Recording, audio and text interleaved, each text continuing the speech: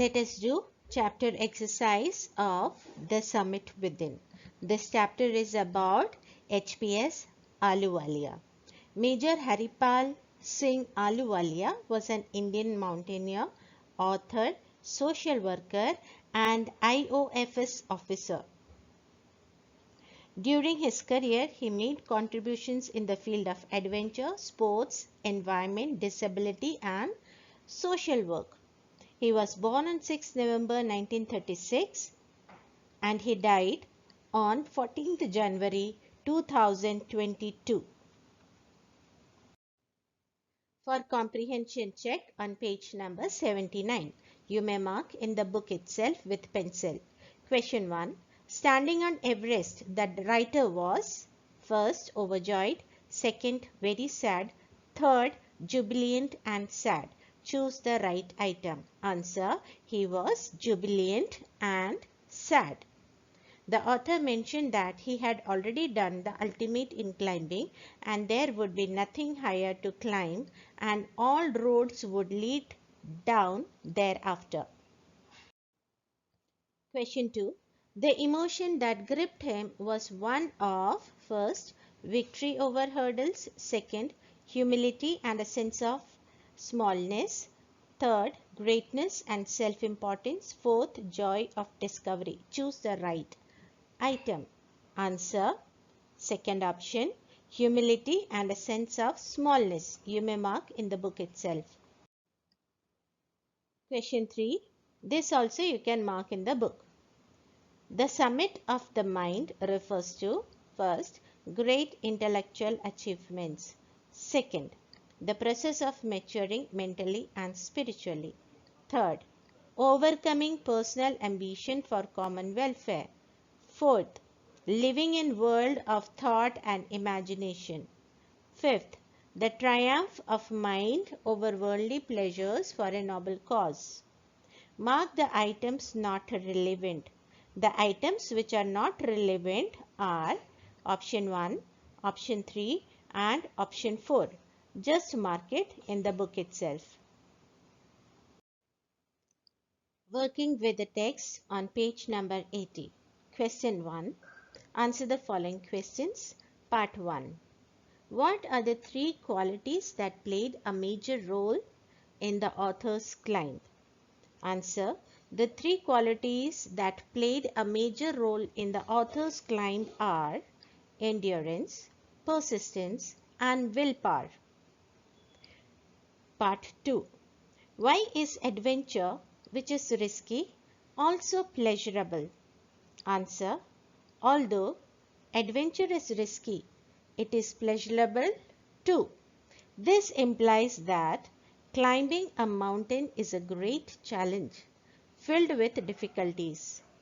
But overcoming those hurdles boosts the confidence, endurance and willpower of the climber. The author gives the example of the mighty Mount Everest. Reaching its summit is an achievement in itself. There is a great sense of exhilaration, joy and fulfillment to being able to scale such greater heights. What was it about Mount Everest that the author found irresistible? Answer. Being one of the mightiest and highest mountains in the world, Mount Everest has its own special charm and beauty. The author found it irresistible due to its beauty, ruggedness and the obstacles that he encountered while climbing to its summit. Every ounce of his energy was utilized in climbing the mountain covered with rock and ice. Part 4. One does not do it, climb a high peak, for fame alone.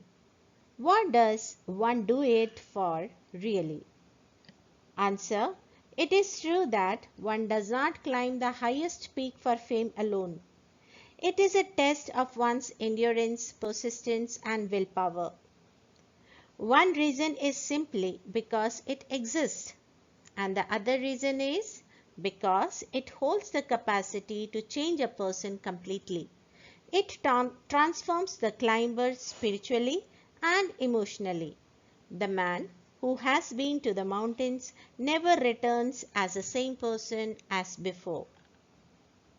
Part 5. He becomes conscious in a special manner of his own smallness in this large universe. This awareness defines an emotion mentioned in the first paragraph. Which is the emotion? Answer. He becomes conscious in a special manner of his own smallness in this large universe. This awareness defines the impact of humility on the person after having climbed the highest peak. Part 6. What were the symbols of reverence left by members of the team on Everest? Answer. The author left on Mount Everest a picture of Guru Nanak. Rawat left a picture of Goddess Durga. Ford Dorji left a relic of Buddha, and Edmund Hillary had buried a cross under a cairn, a heap of rocks and stones in the snow. These were not merely symbols of conquest but of reverence. Part 7. What, according to the writer, did his experience as an Everester teach him? Answer. As an Everester, the author experienced a great sense of fulfillment and satisfaction. It encouraged him to face the ordeals of life in a determined manner.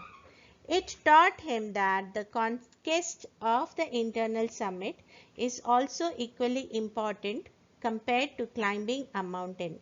He realized that it will give him a better and fuller knowledge about himself, which no one else other than him can scale to meet his true self. Question 2. Write a sentence against each of the following statements. Your sentence should explain the statement. You can pick out sentences from the text and rewrite them. The first one has been done for you. Part 1. The experience changes you completely. The sentence against it is, one who has been to the mountains is never the same again. Part 2. Man takes delight in overcoming obstacles. Its sentence, endurance, persistence and willpower are the qualities that are required in a climber to overcome the challenges and have a delightful experience. Part 3. Mountains are nature at its best. The majestic beauty of the mountains possesses a considerable challenge for climbers as they are the medium of communion with the Almighty. Part 4. The going was difficult but the after effects were satisfying. Its sentence, although climbing a mountain is a difficult task, reaching the summit gives a sense of fulfillment and satisfaction to the climber. Part 5. The physical conquest of a mountain is really a spiritual experience. Its sentence, climbing a mountain is not merely a physical activity, but it is indeed both emotional and spiritual, as mountains are a means of communion with God. Working with language on page number 81, question 1. Fill in the blanks using suitable phrase from those given in the box. The words or phrases given in the box are at hand, at once, at all, at a low ebb, at first sight. First one is already done for you. Number 1. Teacher, you are away from school without permission. Go to the principal at once and submit your explanation. Pupil, yes madam, but would you help me write it first? Part 2. Arun, are you unwell? Ila, no, not at all. Why do you ask? Arun, if you were unwell, I would send you to my uncle. He is a doctor. Part 3. Mary, almost every Indian film has an episode of love at first sight. David, is that what makes them so popular in foreign countries? Part 4. Asif. You look depressed. Why are your spirits at a low ebb today? Ashok. I have to write 10 sentences using words that I never heard. Part 5. Shiva. Your big moment is close at hand. Jyoti. How should I welcome it? Shiva. Get up and receive the trophy. Question 2. Write the noun forms of the following words adding ance or ence. First, endure. Its noun form is endurance. Number 2, persist. Its noun form is persistence. ENCE. Signify. Its noun form is significance. Confide. Its noun form is confidence. Maintain. Its noun form is maintenance. Abhor. Its noun form is abhorrence. Children, learn the spellings very well in it. Match the words under A with the meaning under B. Remote means far away from. Means, its meaning is methods. Dominant means most prominent. Formidable means difficult to overcome. Overwhelmed means be overcome or overpowered.